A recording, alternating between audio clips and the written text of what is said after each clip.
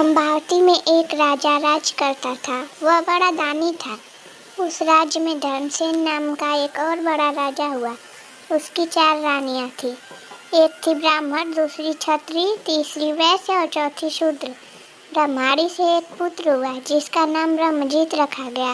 क्षत्राणी से 3 बेटे हुए। एक का नाम शंख, दूसरे का नाम विक्रमादित्य और तीसरे का भर्तृहरि रखा गया।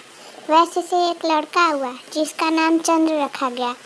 शूद्राणी से धन्वंतरी हुए। जब वे लड़के बड़े हुए तो ब्रह्माणी का बेटा घर से निकल पड़ा और धारा पुराया। हे राजन, वहाँ के राजा तुम्हारे पिता थे। उस लड़के ने राजा को मार डाला और राज्य अपने हाथ में लेकर के उज्जैन पहुँचा। संयोग का बात है कि उज्जैन में आते ही वह मर गया। उसके मरने पर क्षत्राणी का बेटा शंख गद्दी पर बैठा। कुछ समय बाद विक्रमादित्य गद्दी पर बैठे। एक दिन राजा विक्रमादित्य को राजा बाहुबल के बारे में पता चला कि जिस गद्दी पर वह बैठे हैं वह राजा बाहुबल की कृपा से है। पंडितों ने सलाह दी कि हे राजन, आपको जग जानता है, लेकिन जब तक राजा बाहुबल आपका राज तिलक नहीं करेंगे तब तक आपका राज्य अचल नहीं होगा। आप उनसे राज तिलक करवाओ। विक्रमादित्य ने कहा अच्छा, और वह अपने ज्ञानी और विश्वसनीय साथी लूतवरण को साथ लेकर वहां गए। बाहुबल ने बड़े आदर से उनका स्वागत किया। 5 दिन बीत गए।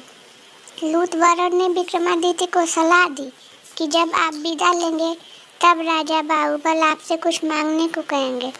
राजा के घर में एक सिंहासन है जिसे साक्षात महादेव ने राजा इंद्र को दिया था और बाद में इंद्र ने बाहुबल को दिया। उस सिंहासन से यह गुण है कि जो उस पर बैठेगा वह 7 द्वीप 9 खंड पृथ्वी पर राज करेगा।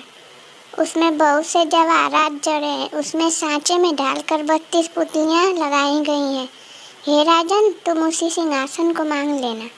अगले दिन जब विक्रमादित्य विदा लेने गए तो उसने वही सिंहासन मांग लिया। राजा बाहुबल वचन से बंधे थे। बाहुबल ने विक्रमादित्य को उस पर बिठाकर राज तिलक किया और बड़े प्रेम से विदा किया। राजा विक्रमादित्य ने लौटते ही सभा की और पंडितों को बुलाकर कहा, मैं एक अनुष्ठान करना चाहता हूँ। आप देखकर बताएं कि मैं इस योग्य हूँ या नहीं। पंडितों ने कहा, आपका प्रताप तीनों लोकों में छाया हुआ है। आपका कोई बैरी नहीं। जो करना हो कीजिए। अपने खानदान के सब लोगों को बुलाइए। 1.25 लाख कन्यादान और 1.25 लाख गाय दान कीजिए। ब्राह्मणों को धन दीजिए। जमींदारों का 1 साल का लगान माफ कर दीजिए। इतना कहकर पुतली रत्नमंजरी बोली, हे राजन, अगर आपने कभी ऐसा दान किया है तो सिंहासन पर अवश्य बैठें। पुतली की बात सुनकर राजा बहुत निराश हो गए। आज का दिन तो गया, अब तैयारी करो, कल सिंहासन पर बैठेंगे। इस तरह सिंहासन बतीसी की पहली पुतली ने राजा भोज को नहीं बैठने दिया और अगले दिन दूसरी पुतली चित्रलेखा ने सुनाई राजा विक्रमादित्य की कहानी।